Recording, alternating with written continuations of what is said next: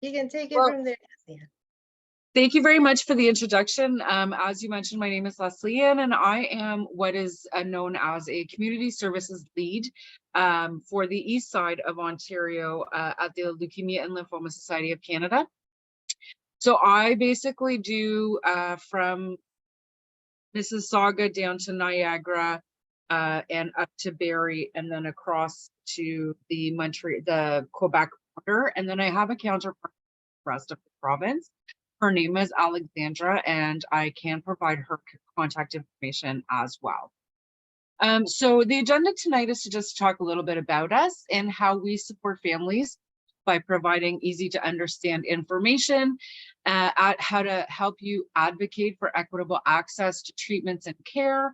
The fact that we invest a lot of our funds that are raised through our major fundraisers into blood cancer research across Canada, and how we are raising awareness of blood cancer and treatments and services that are available.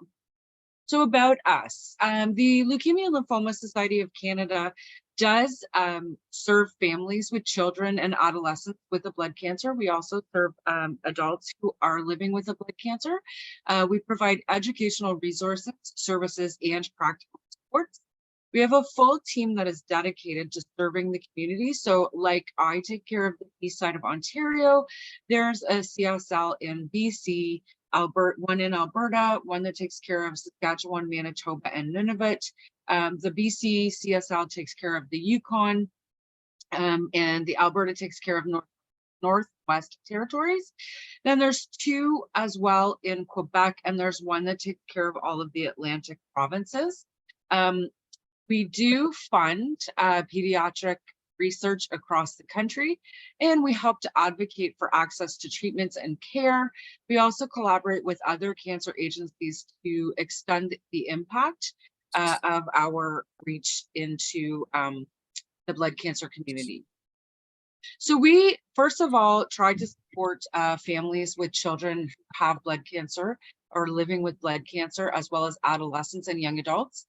Back in 2020 and again in 2022, we did a very large market research into what it was that parents, young children, and teens were looking for from us by way of service. So we don't just decide what we're going to do, we do listen to the community. We heard loud and clear from parents and the caregivers that each situation with blood cancer is unique and individual. It's very emotional and stressful. It's multifaceted. There's a lot that you need to do and know.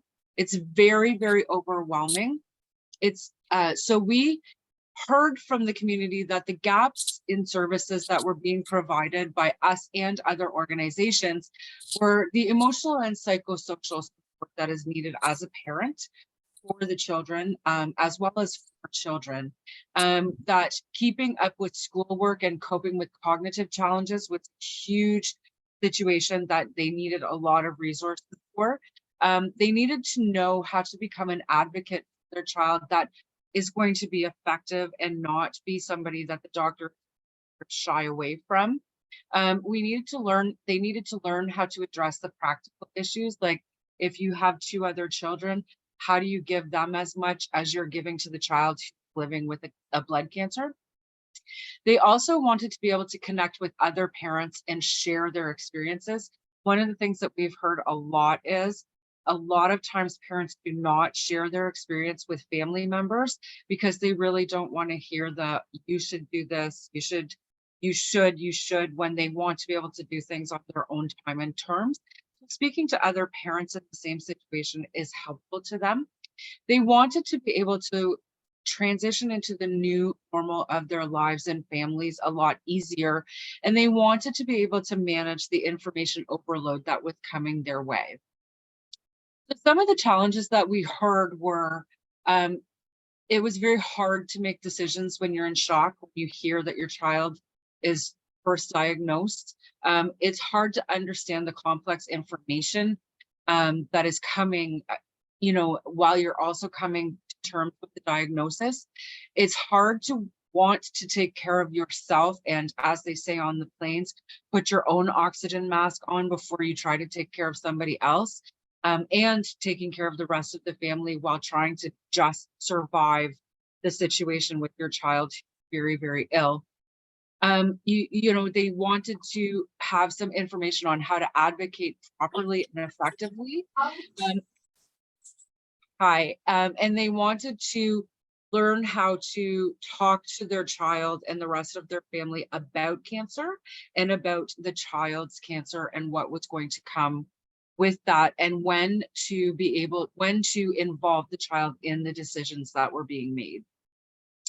So we decided that it was probably best to form a guided pediatric advisory committee so that we weren't just trying to make these decisions, so that we weren't just relying on the healthcare professionals in the blood cancer community, but we were also speaking to parents of children who were currently living with a blood cancer or who had survived. So that we were really, really targeting the audience that we wanted to, and we were giving that audience what it was that they need and not just trying to develop resources that were not going to be helpful. So the Pediatric Advisory Committee does ensure that the voices of the pediatric blood cancer community are reflected in all of our materials and programs. We not only ask them what it is that they want to see or they think would have been helpful when their child was diagnosed, we have them vet it afterwards. We have them read it over. Of course, medical professionals always read it over as well, but they will come back to us and they will tell us what they think, even down to the fact that they don't feel the pictures are diverse enough, that the graphics are not working, that we should use this word instead of that word. And we really do take it into consideration. And it's all comprised of parents and young survivors. So somebody who is maybe now in their 20s, but had a leukemia when they were in their childhood stage, somebody who's survived and thrived, who can come and tell us what they might have needed at the time of diagnosis. So what we've also tried to do is put all of this stuff into pillars. So the first pillar is trying to help parents navigate the blood cancer experience, trying to create an individual healthcare navigation process, creating a health manager app for your phone where you can take all of the notes and keep track of everything for your child and take that to the doctor with you, so you don't have to write it all in a journal. It's all in you're taking your phone anyways. It's one less thing to worry about. As well as our clinical trials coordinators in the USA. We don't have them up here, but we do have access to that service, our counterpart, the LLSC in the United States. We do try to target the blood cancer information, so it's not only easily understood, vetted by the committee and by the experts. It is coming to you in different. So there's animated videos, which are great for children. There's webcasts and podcasts, so you can watch, listen. There's reading material, our booklets, our fact sheets. There are materials that are dedicated just specifically to children, to teenagers, or to parents and to teachers, because that sometimes is forgotten, that the teacher is going to have to explain to the other students where the patient has gone while they're away in hospital for treatment, but they're also going to have to ease the rest of the students into it when the child returns to school. And we also have live educational events that are recorded and put onto our website once the educational event has happened. We do have psychosocial and emotional events, services supports. So the first one is the individualized support of a community services lead like myself. We can connect parents to other parents through our peer support program. It's a one-time to twice meeting on the phone with a parent whose child was diagnosed around the same age with the same subtype of blood cancer, as well as on the same treatment type, that you can talk to and just ask all of those questions and hear a little bit of hope. We do have some videos on how to journal and some other mental health resources for both parents and for children. And then the practical supports and advocacy. We do have nutritional counselors, again, out of the LLS in the United States. But the parents can make an appointment to try and talk to it, not try. They will be able to talk to a dietitian or a nutritionist about how to create the best diet and meal plan for the family once the child is, diagnosed, once the child is in treatment, and then once the child has reached the survivor stage. And then we can also refer to resources outside of the LLSC if we don't have what it is, that the parents are looking for. So just some of the resources that I spoke about in the Navigating the Blood Cancer Experience are the clinical trials coordinators. As was mentioned, I will send a PDF and this will be uploaded to the OPAC website, so you can click on the link that I've added here. But they will provide parents with information to any clinical trials that are available for their children, the type of blood cancer, and will actually meet with you over Zoom, talk about it, help you figure out how to apply for the trial, stay with you, talk to the doctor with you, get you into the trial and help you navigate the first stages. They are all qualified and experienced master educated level clinical trials coordinators, and we just don't hesitate to try it. If you have any questions about it, my contact information will be a little later in the presentation, and you can feel free to give me a quick call and we can talk about it at that time. We also have the Health Manager app that I mentioned to you. Again, there's a link here for you to click once you can see the PDF, but it helps to track all side effects, medications, food intake, hydration. It will allow you to put medication reminders. It can be shared with as for children, it's generally the caregiver that's doing it, but even young adults and teens can share it with their caregivers. It does help to create meal plans as well. It's free to download on any of the app stores that you can use. And as I mentioned, a lot of parents like it because it's all the information that you need to talk to your doctor at each appointment. In one place. You're already taking your phone with you, so it's one less thing to have to remember to take a diary or where you're writing the information down. We also have a free coloring app for children that will help them get through understanding what cancer is. It's free for children. Again, it can be downloaded at any of the app stores. It helps children learn about their cancer and their treatment. You can upload the photos from your device to your computer to have a screensavers, and it also has some resources for parents and much more in there. Again, this is an LLS app from the United States, but we do have access to it. Just so you know, all of the American resources that I talk about are temporarily to be used by the LLSC. We are really developing all of our own resources, because one of the things that we also heard in the market research loud and clear was that Canadians want Canadian resources. So we are a little bit slow at doing it, but we will get there. And just so that you know, we are definitely developing Canadian. So the next thing I'll talk about is our easy to understand information material. So it is a range of easy to understand resources by age group. So we do have it for young children, animated books and videos. We do have it for that tween age. We do have some for the teenagers, and then we move into the young adult. One of the other things that we also heard loud and clear in our market research was booklets and pamphlets are not enough. We do need to have other ways of people getting the information, so that we have really concentrated on creating the videos and creating our podcast channel. And on each page where you can see, when I talk about the website, you'll see you can actually watch, read, or listen all of the resources that are dedicated to the diagnosis that you're looking for. So on our website, bloodcancers.ca, you will see that it looks very much like this. I have is for those who have recently been diagnosed. I care is for caregivers, and it's really for caregivers to learn how to be a caregiver, as well as how to take care of themselves when they are a caregiver. I am is for those who are in the survivor stage of their cancer experience. I am a professional, as it sounds, it's for healthcare professionals. We do really partner with a lot of healthcare professionals in the hospitals, and I have lost is exactly that, for somebody who has lost somebody to a blood cancer and resources that they might need and find helpful. Once you click on I have, you'll be able to go to the very bottom of the page and you'll see childhood blood cancers as well as teen blood cancers.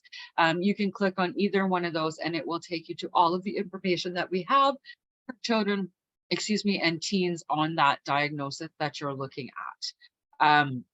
So one of the things that we do find that the tweens and the teens and the young adults really like is our blog page. So it's not full on stories like with the adult cancers where people talk about, how it affected their work and how it affected their children and that kind of thing.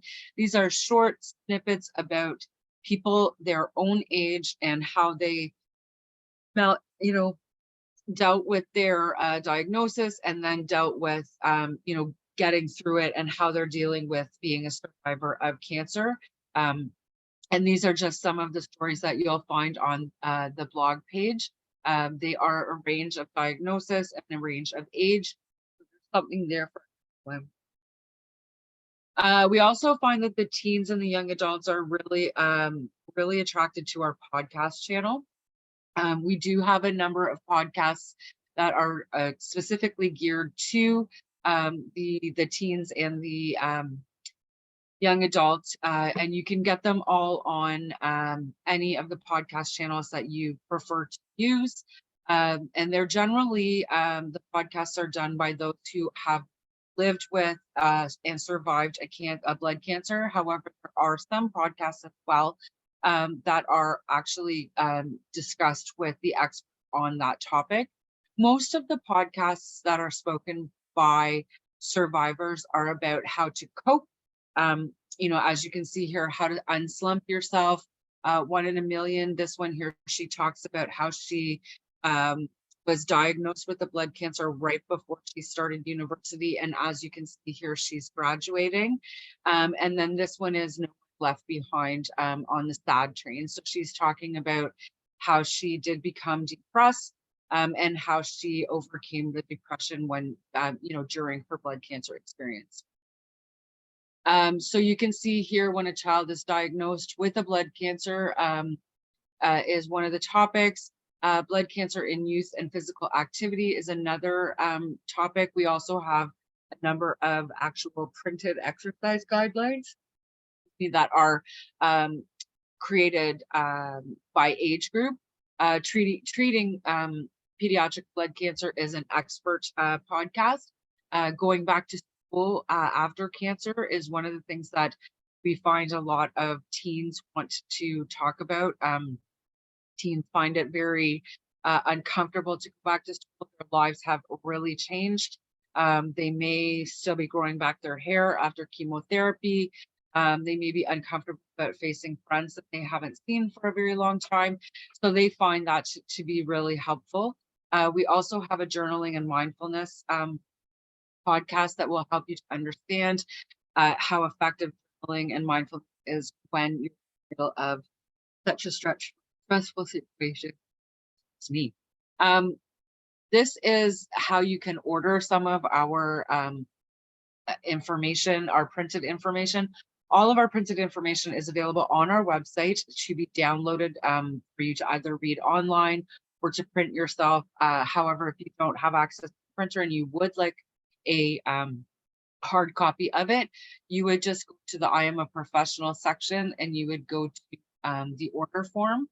You'd fill in your shipping information, and then you would choose pediatric blood cancer information, and then you can order any of to be printed and sent to you. We do ship every other Monday, so depending on when you order, it may take a week to 2 weeks to get. This is what it looks like. So pediatric information, and this is what you can order. It can be ordered in English and in French. We are exploring other languages at this point in time, but we do have access to translators if we do need to talk to parents, again, through the LLS in 137 languages. So don't refer somebody or call in. We can help, or we also are very happy to have a family member also on the phone to translate as we chat with somebody who may not be as proficient in English as I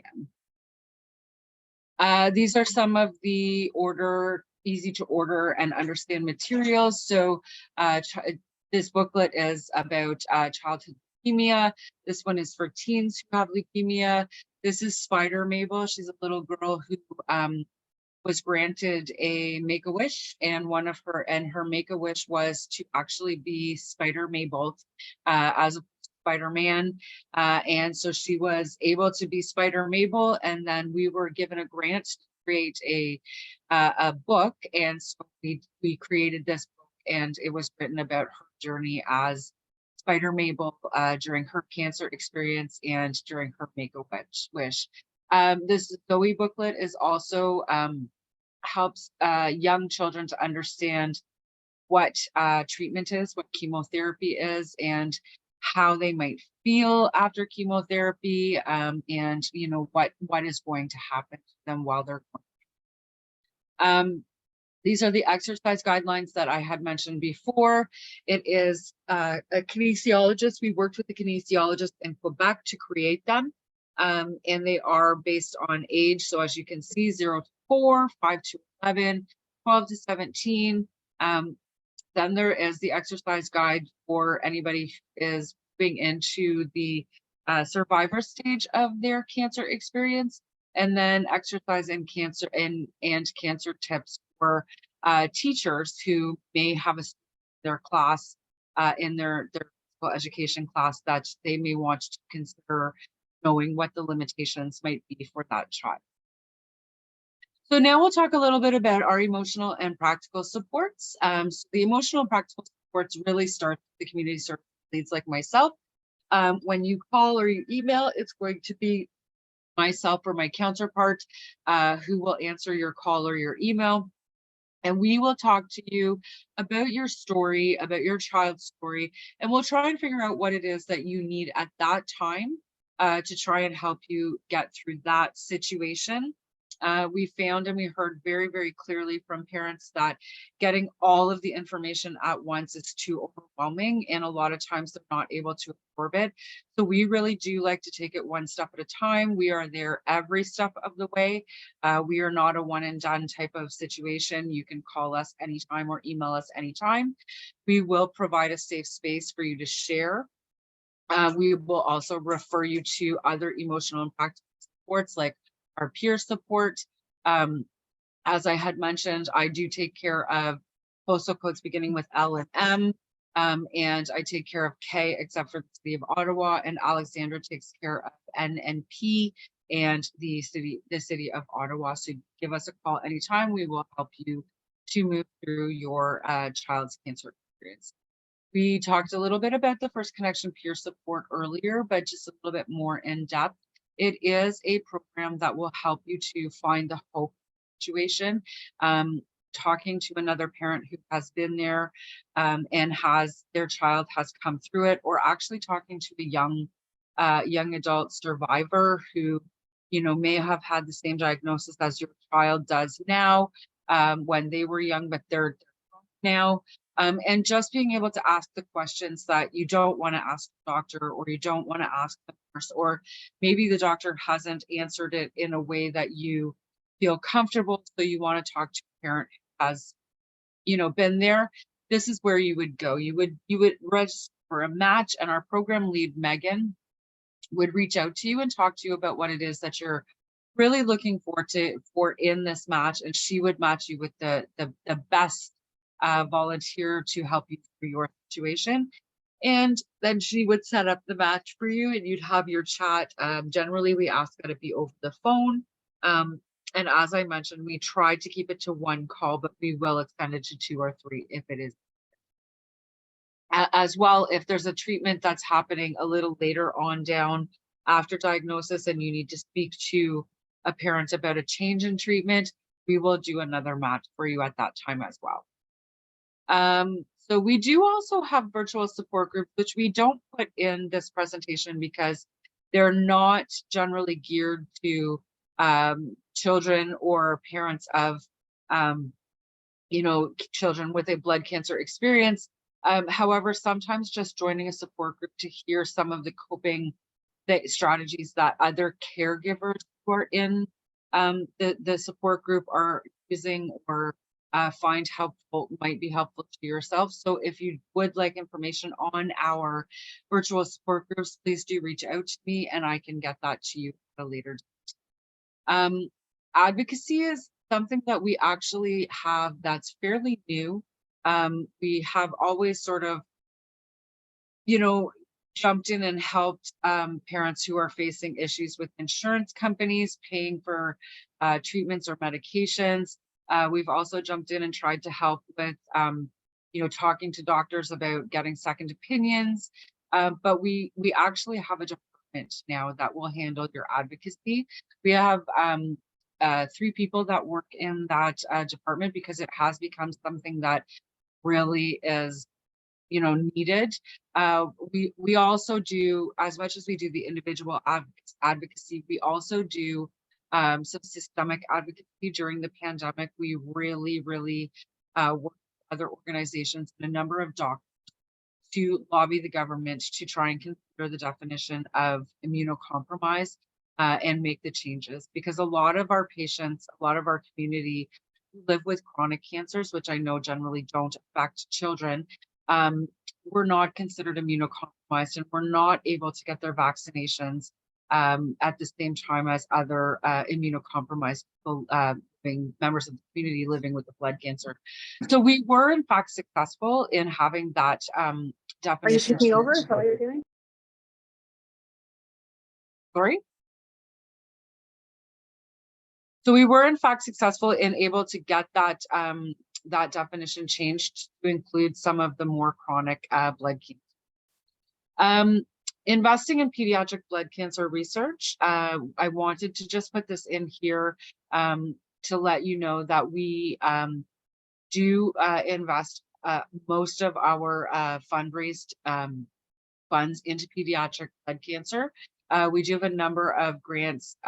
One is a Jumpstart grant, which was something that we introduced in 2022. I actually should have updated this before the presentation, because in 2023, we've actually invested $6.7 million. But the Jumpstart grant was actually introduced last year to get research back up and going after it had pretty much been stalled during the pandemic.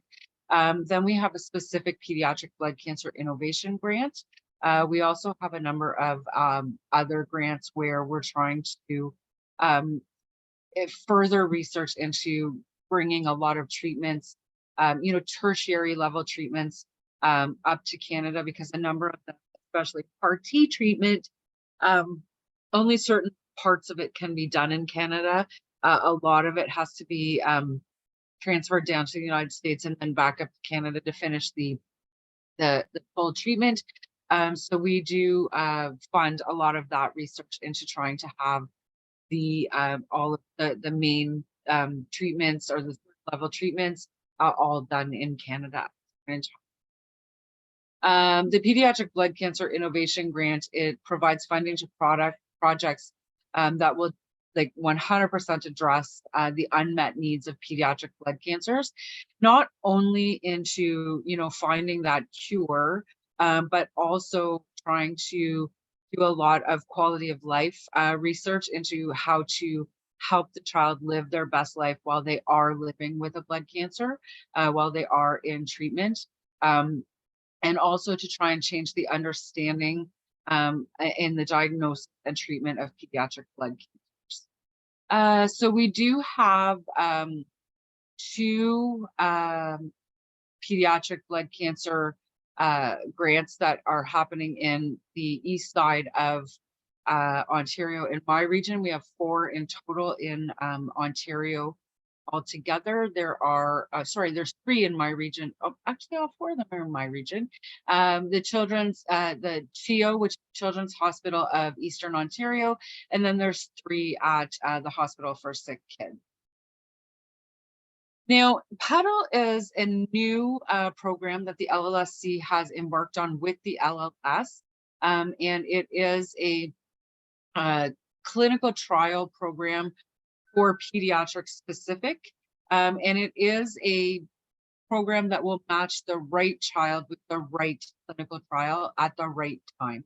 So one of the things that the person who runs this program likes to say is, when you first are introduced to Petal, it's all it is for the parent is filling in the forms that are likened to filling in a dating profile.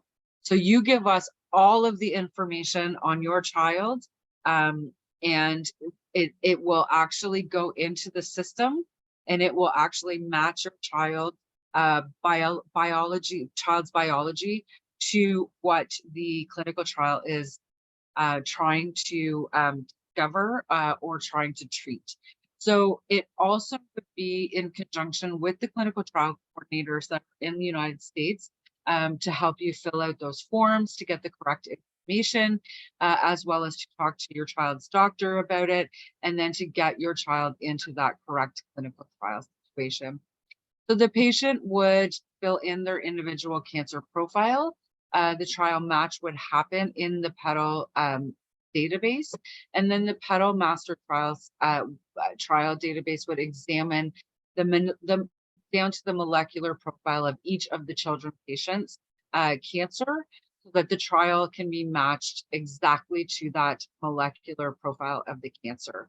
And as I mentioned, she giggles when she says this, but it is the truth. It's simply like putting all of your information into the dating profile, and then the computer program matches all of that information to the trials that are available and allows your child to be matched to the one that would specifically right for your child. So the last thing that I think I'm going to speak about is how we raise awareness for pediatric blood cancer.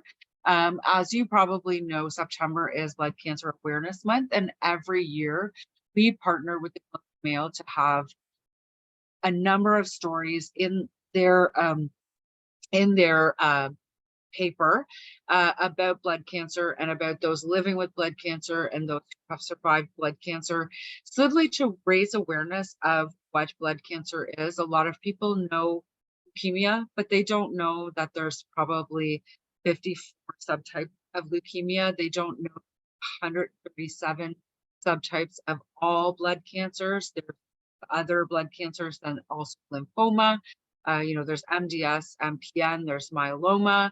And so we use this time with Globe and Mail just to get the awareness out there, as well as to help to, let people know that we're out there and that we can help, as well as to bring awareness to those who might like to help us.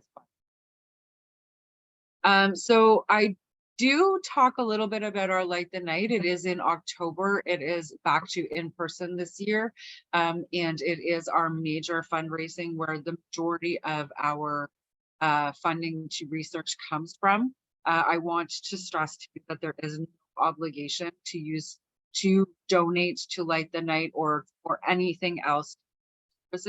Our services are all free of charge to anybody them or wants them, but you could click on this to see what we do when we do fundraise and how you might want or share with somebody who might want to become involved. So the way that we would love to partner with you as parents of children with blood cancer is to have you visit our website, also to let us know how we can support you with advocacy at any time that you might need it. Again, as I mentioned, that would be with insurance companies who may be refusing to pay for medications, or government who may be refusing to pay for services, or your doctor who may simply be refusing to allow you to have a second opinion. We would also love to have you help us be informed of gaps that you can see in services that might be needed or might be helpful. If we don't have the program and services that you need, we'll work hard to try and find it for you, but we also might want to put that on our plans for next year to try and develop ourselves. So that is my presentation. This is my contact information. You can, again, I will send information as a PDF, and you'll be able to get this off of the off of the OPAC website. Please do not hesitate to connect with me, and even if you're not in my region of LM and K except Ottawa, I will give you a hand, or I will connect you with Alexandra. She was going to join us tonight, but she was not able to actually make it. But she is also very lovely and very willing to give you a hand or help you in any way. We also cover for each other when either of us is on vacation, so we are very well informed of each other's regions as well. So that is my presentation. I am going to stop sharing now and ask if you have any questions that you would like for me to answer. Thank you so much, Leslie Ann. Just to jump in here and say a quick thank you for letting us know all these wonderful programs that the LLSC has. Like, I didn't know some of these, like especially the individualized, personalized, talking to parents about their needs and being so accessible, and the peer support program, which we're really big on here at OPAC too. So many wonderful things. I hope people really go to your website to take advantage of some of these.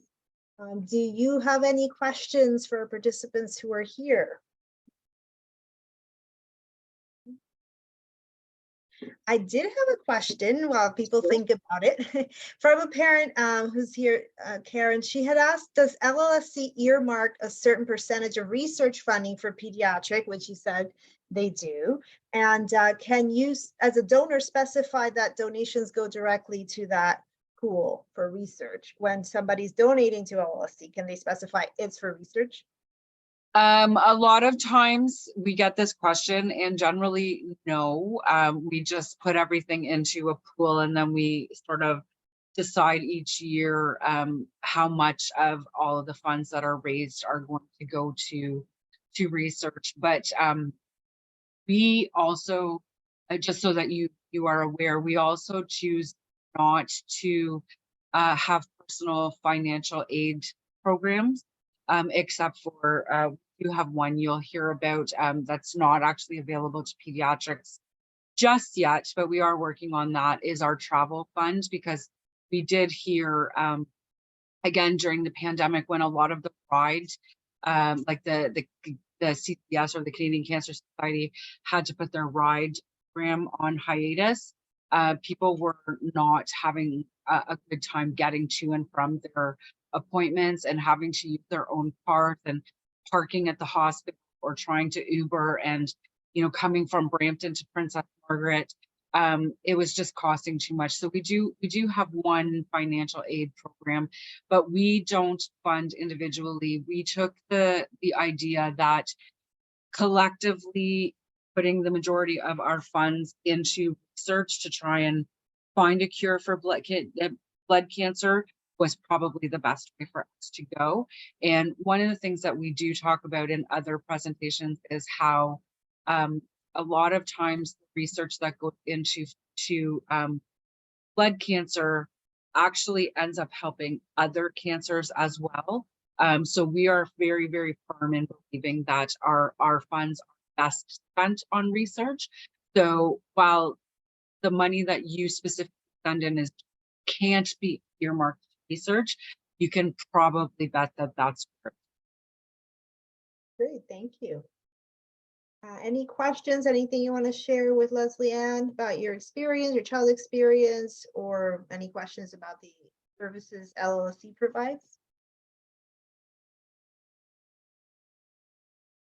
I think you answered a lot. We would absolutely love to hear from you as parents. Anything that you feel might be missing, or that you might want, or that something that as a parent that I didn't mention, that we could put in our back pocket to help other parents when we're talking to them. So just like I said, when the presentation is uploaded and you can get my contact information, please don't hesitate to reach out to me, and let's work together to make it easy for all those parents out there who are trying to make it through the day, every day, while trying to do the best for their children. But as Leslie Ann mentioned, this presentation was recorded, so it'll be up on OPAC's YouTube, and I'll put it on our social media and website and share it. Leslie Ann, you said you're going to send me a copy of it, right? Resources and links. So I'll share that with everybody who attended here tonight. Even if you came in a little later and missed some of the presentation, it will be available tomorrow. And yeah, I guess that's pretty much it. I did want a quick plug for OPAC, of course. We're also big on peer support. That's what we do for parents of children diagnosed with cancer throughout Ontario.